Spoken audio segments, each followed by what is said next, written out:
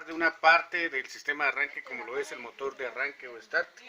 Vamos a ver que el motor de arranque pues es el encargado de hacer girar el cigüeñal. Es un motor eléctrico especial. Las piezas polares del motor de arranque crean un campo magnético.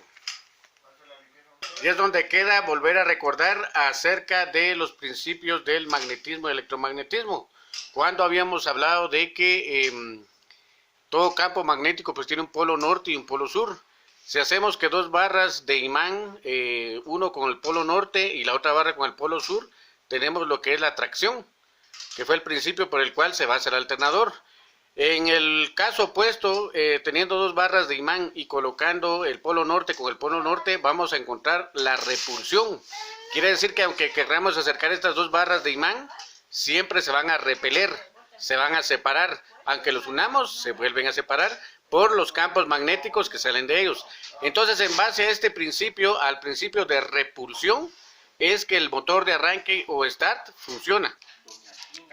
En las piezas polares, las cuales las representamos acá, crean un campo magnético. Este campo magnético se refuerza mediante una bobina arrollada sobre la pieza polar, por la que se hace pasar corriente. Tomamos ahora una espira de hilo conductor.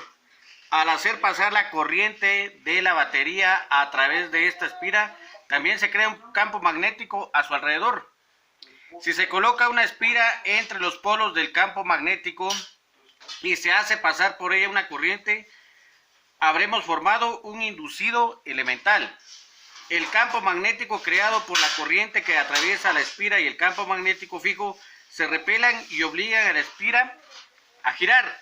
El inducido práctico consta de varias espiras. Un extremo de cada una espira se une a una delga del colector.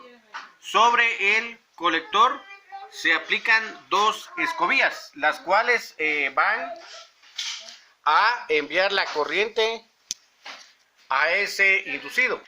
Entonces podemos ver que el inducido pues es alimentado por las dos escobillas o carbones. Sobre el colector se aplican dos escobillas. Al pasar la corriente por la espira es repelida, haciendo que gire el inducido y las delgas del colector, que van conmutando sucesivamente a la espira que le toca tomar corriente. Cada motor de arranque consta, por lo tanto, de escobillas, un inducido, bobinas de campo, piezas polares y un mecanismo de embrague o acoplamiento. Entonces, de esta manera tenemos nosotros que va a funcionar lo que es el motor eléctrico, motor de arranque o start, como comúnmente se le conoce. Bien, ahora tomando otro tema, mecanismo de arranque. Una vez activado el motor de arranque, se necesita algún mecanismo para acoplar a la corona del volante para que haga girar el cigüeñal, que en este caso estamos hablando de este mecanismo del motor de arranque que se llama piñón.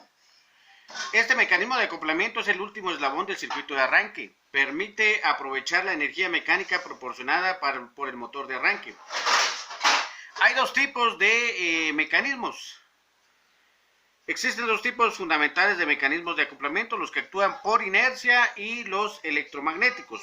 Los mecanismos de acoplamiento que actúan por inercia llevan un piñón cuya inercia se aumenta hasta que sea proyectado hacia adelante cuando empieza a girar el inducido del motor de arranque. El Bendix es un mecanismo de este tipo. El Bendix de acoplamiento del tipo Bendix aprovecha la inercia de los contrapesos del piñón y la aceleración del inducido para hacer que el piñón engrane con la corona del volante. En otras palabras, el sistema Bendix aprovecha la inercia del piñón y la gran velocidad del motor de arranque para hacer que engrane con la corona del volante. En el momento que el piñón ha engranado totalmente, deja de desplazarse hacia adelante y gira solidario con el eje del inducido.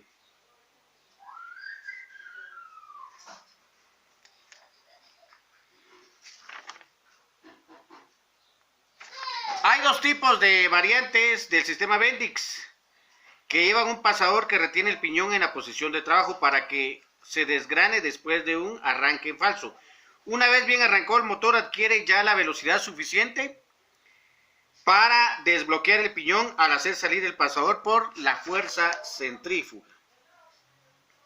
Acoplamiento por piñón libre. El sistema de acoplamiento está generalizado de todos, es a base de un piñón libre.